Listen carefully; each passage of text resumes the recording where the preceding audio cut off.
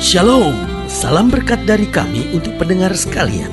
Saat ini pendengar akan diberkati dengan program Hari Ini Harinya Tuhan bagian yang ke-8.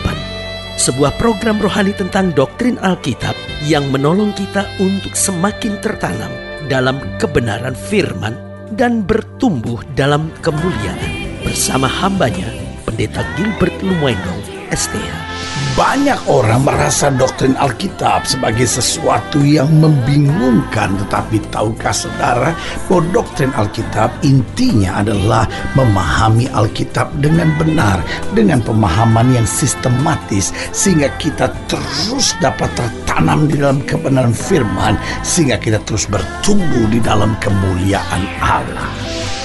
Buka hati saudara sekalian untuk menerima berkat-berkat firman-Nya hari ini. Salah satu bahaya yang paling menakutkan adalah ketika kita melanggar perintah Tuhan. Ada banyak orang tidak menyadarinya. Ada banyak orang pikir, yang penting kan hidup saya tetap diberkati, yang penting kan hidup saya tetap sukses. Melanggar firman Tuhan, melanggar perintah Tuhan normal lah, namanya kita masih hidup di dunia, kita kan belum makhluk surgawi katanya gitu ya kan. Nah, tetapi tahukah saudara bahwa melanggar perintah Tuhan adalah sesuatu yang sangat berbahaya. Mengapa? Karena yang pertama saya pelajari, orang yang melanggar perintah Tuhan ini, yang pertama dia membuka celah bagi iblis. Iblis gak peduli sudah masuk gereja, iblis gak peduli sudah jadi orang Kristen, iblis gak peduli hidup sudah diberkati. Tapi buat setan di mana sudah melanggar perintah Tuhan, itu adalah celah untuk bisa dia masuk. Karena selama kita taat pada firman, selama kita dengar-dengaran pada firman, maka hidup kita dibentengi oleh Allah, sehingga tidak ada kegelapan apapun yang dapat coba menyerang hidup kita. Tetapi ketika kita mulai melanggar titah Tuhan, kita mulai melanggar perintah-perintah Tuhan, kita mulai melanggar firman Tuhan, maka apa yang terjadi? Iblis dapat dengan mudah menyerang kita. Kenapa? Karena kita memang membuka celah untuk itu. Yang kedua saya pelajari, orang yang melanggar titah Tuhan, orang yang melanggar perintah Tuhan, ini sulit meraih berkat-berkat Allah. Kenapa? Karena Alkitab berkata, jika kamu mendengar dan melakukan firman-Ku, maka segala berkat ini akan kuperintahkan kepadamu. Tapi jika kamu mendengar dan kamu tidak melakukannya, artinya apa? Kita melanggar, kita melangkahi titah-titah Tuhan, maka apa yang terjadi? Segala kutuk ini akan menimpa kamu. Makanya kita sulit meraih berkat Tuhan. Apapun yang kita kerjakan rasanya gagal, apapun yang kita kerjakan selalu bermasalah. Kenapa? Karena kita sulit meraih berkat Allah, kutuk Allah dalam hidup kita. Kenapa? Karena kita melanggar dan melangkahi titah Tuhan. Yang ketiga saya pelajari, orang yang melanggar titah Tuhan atau perintah Tuhan, hari-harinya makin jauh dari Tuhan. Dia nggak sadar, dia pikir saya masih di gereja, saya masih orang Kristen, tetapi hidupnya makin hari makin jauh dari Tuhan. Makanya sebagai hamba Allah, saya hanya mau ingatkan buat saudara bahwa hidup Kristen memang harus hidup dalam firman. Karena kekristenan tanpa menjalani perintah Tuhan hanyalah kepalsuan dan kemunafikan belaka. Dan yang keempat saya pelajari, orang yang melanggar titah Tuhan, orang yang melanggar perintah Tuhan akan selalu hidup dalam ketertekanan. Selalu hidupnya penuh dengan air mata, hidupnya penuh dengan ketertekanan, kekecewaan, kebosanan, kejenuhan. Itu sebabnya banyak orang yang akhirnya kemudian lari ke obat terlarang, lari ke seks bebas, lari kepada penyembahan berhala. Kenapa? Karena nggak tahan akan tekanan demi tekanan yang harus dilewati dalam hidupnya. Sebagai hamba Allah, saya mau ingatkan ini, mari kembali kepada firman Tuhan, berjalan dalam kehendak Allah, berjalan dalam rencana Allah, mulai lakukan firman Tuhan. Walaupun awalnya kelihatannya sangat sulit, tetapi taklukkan daging dan segala kesenangan daging dalam hidup kita, lalu mulai jalan dalam pimpinan Roh, lakukan firman, dan hal-hal yang tidak pernah kita pikirkan, itu yang Tuhan sediakan buat kita. Haleluya. Selamat datang dalam program kita Hari Ini Harinya Tuhan, sebuah program rohani yang kembali mengingatkan kepada kita betapa pentingnya kita menjadikan firman Tuhan sebagai dasar keseharian hidup kita. Karena selama kita menjadikan firman Tuhan sebagai dasar keseharian hidup kita, langkah-langkah ke depan kita penuh dengan kepastian, kemenangan, berkat, mujizat, dan perkara-perkara besar. Haleluya. Dan dalam program ini kita sedang membahas tentang melangkahi titah Tuhan, artinya melanggar perintah Tuhan. Karena saudaraku yang kasih dalam Tuhan, keadaan yang paling berbahaya, yang paling menakutkan, yang paling akan menghancurkan dalam hidup kita kalau kita mulai melangkahi titah Tuhan, melanggar perintah Tuhan. Tetapi sebaliknya, keadaan yang paling indah adalah waktu kita melakukan firman Tuhan, maka segala berkat, kemuliaan, kuasanya dicurahkan buat kita yang percaya. Haleluya. Nah, saudara yang kasih dalam Tuhan, dalam pembahasan kita tentang melangkahi titah Tuhan. Kita mau sama-sama belajar dari 1 Samuel pasal 15, 1 Samuel pasal 15 ayatnya yang ke-24 sampai ayatnya yang ke-35. 1 Samuel 15 ayat 24 sampai 35, demikian firman Tuhan. Berkatalah Saul kepada Samuel, "Aku telah berdosa sebab telah kulangkahi titah Tuhan." Lihat, berkatalah Saul kepada Samuel, "Aku telah berdosa sebab telah kulangkahi titah Tuhan." Lihat, persoalan dari Saul di sini. Saul boleh raja yang hebat, dia boleh diurapi, tetapi ketika dia melangkahi titah Tuhan, persoalan besar mulai terjadi. Dan perkataanmu, "Tetapi aku takut kepada rakyat, karena itu aku mengabulkan permintaan mereka. Maka sekarang ampunilah kiranya dosaku, kembalilah bersama-sama dengan aku, maka aku akan sujud menyembah kepada Tuhan." Tetapi jawab Samuel kepada Saul, "Aku tidak akan kembali bersama-sama dengan kau, sebab engkau telah menolak firman Tuhan. Sebab itu Tuhan telah menolak engkau sebagai raja atas Israel." Ketika Samuel berpaling hendak pergi, maka Saul memegang punca jubah Samuel, tetapi terkoyak. Kemudian berkatalah Samuel kepadanya, "Tuhan telah mengoyakkan daripadamu jabatan raja atas Israel pada hari ini, dan telah memberikannya kepada orang lain yang lebih baik daripadamu.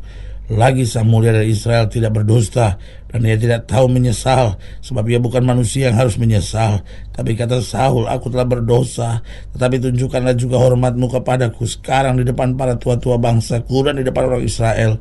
Kembalilah bersama-sama dengan aku, maka aku akan sujud menyembah kepada Tuhan Allahmu." Sesudah itu kembalilah Samuel mengikuti Saul, dan Saul sujud menyembah kepada Tuhan.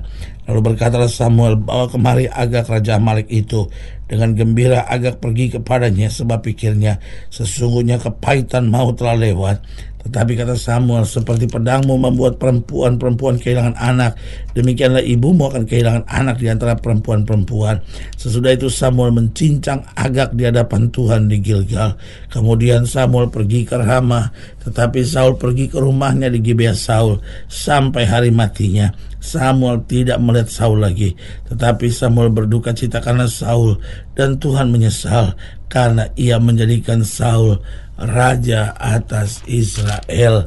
Nah, saudaraku yang kekasih dalam Tuhan, kita perhatikan di sini bagaimana agar kita tidak melanggar titah Tuhan. Sebetulnya Saul mencintai Tuhan, tetapi karena dia takut kepada rakyat, karena dia merasa terjepit, akhirnya dia menghalalkan segala cara, dan dia buat tindakan yang sangat berbahaya, yaitu melanggar perintah Tuhan. Nah, pertanyaannya, bagaimana supaya kita tidak melanggar perintah Tuhan apapun yang terjadi? Yang pertama, kita harus miliki takut akan Tuhan lebih daripada apapun. Seringkali kita takut kehilangan harta, seringkali kita takut kehilangan kekayaan, seringkali kita takut kehilangan karir, seringkali kita takut kehilangan dukungan dari orang lain, kita seringkali takut kehilangan persahabatan dan pertemanan. Sebagai hamba Allah, saya mau ingatkan, kita harus miliki takut akan Tuhan lebih daripada apapun di muka bumi ini. Karena selama kita miliki takut akan Tuhan lebih daripada apapun, maka kita akan menjaga langkah kita supaya tidak akan pernah melanggar titah-titah Tuhan. Yang kedua, bagaimana agar kita tidak melanggar titah Tuhan? Kita harus selalu bersandar pada Tuhan. Karena pada dasarnya secara manusia, seringkali kita nggak kuat, seringkali kita nggak sanggup, seringkali kita nggak mampu. Tetapi dengan bersandar kepada Tuhan, kita mendapat kekuatan baru. Alkitab berkata, orang yang menanti-nantikan Tuhan, dia mendapat kekuatan baru seperti Raja Wali yang naik terbang dengan kekuatan sayapnya. Saudaraku yang kekasih dalam Tuhan, bagaimana agar kita tidak melanggar titah Tuhan? Miliki takut akan Tuhan. Yang kedua, selalu bersandar kepada Tuhan. Karena orang-orang yang bersandar pada Tuhan mendapat kekuatan baru. Orang-orang yang bersandar kepada Tuhan diberikan semangat, dorongan, cinta yang luar biasa untuk dia makin suka cita akan perintah-perintah Tuhan. Makanya Daud berkata begini, "Aku suka hukum-hukum-Mu ya Allah, dan aku merenungkan segala perintah-perintah-Mu, karena perintah-perintah-Mu yang menjaga aku dari kejahatan, dan titah-titah-Mu yang menjaga aku dari segala dosa." Jadi bagaimana agar kita tidak melanggar titah Tuhan? Yang pertama, miliki takut akan Tuhan. Yang kedua, selalu bersandar pada Tuhan. Yang ketiga, sadari kuasa di balik ketaatan. Karena saudaraku yang kasih dalam Tuhan, di balik ketaatan ada kuasa yang besar. Tahukah saudara, orang-orang yang taat akan menang atas setan? Tahukah saudara, orang-orang yang taat akan menaklukkan setiap musuh? Tahukah saudara, orang-orang yang taat akan merebut janji Tuhan yang luar biasa? Karena itu sebagai hamba Allah, saya hanya mau ingatkan, orang yang tidak taat adalah orang-orang yang bodoh. Saudara, bayangkan Saul kalau saja dia mau taat, kerajaannya akan kekal, kerajaannya akan turun-temurun. Tetapi hanya karena ketidaktaatan, akhirnya dia kehilangan segala-galanya. Makanya kuasa dan ketaatan itu sungguh sangat luar biasa. Yang keempat, bagaimana agar kita tidak melanggar titah Tuhan. Sadari bahwa perintah Tuhan itu tidak berat. Salah satu dusta iblis adalah bahwa perintah Tuhan itu berat. Salah satu dusta iblis adalah bahwa kita tidak mampu melakukan titah Tuhan. Kita nggak mampu melakukan apa yang Tuhan perintahkan karena terlalu berat. Tetapi saudaraku, di dalam Matius pasal 11 ayat 28 Yesus berkata, "Mari kamu yang letih lesu dan berbeban berat, aku akan beri kelegaan kepadamu." Lalu Yesus kemudian berkata, "Belajarlah daripadaku sebab aku lemah lembut dan bebanmu pun ringan." Saudaraku yang kasih dalam Tuhan, jadi perintah Tuhan itu tidak berat.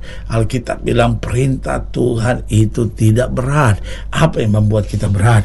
Kalau kita mau setengah-setengah. Alkitab berkata kita nggak bisa mengabdi kepada dua Tuhan. Itu yang membuat kita kadang-kadang berat, karena kita tak mau menikmati dunia dan mau menerima berkat Tuhan. Hari ini kita harus putuskan kepada siapa kita mau beribadah. Apa jalan yang harus kita mau jalani? Kalau kita mau jalani dalam terang Tuhan dan kehendak Tuhan lewat kuasa Roh Kudusnya, maka ini yang saya mau bilang, perintah Tuhan tidak berat.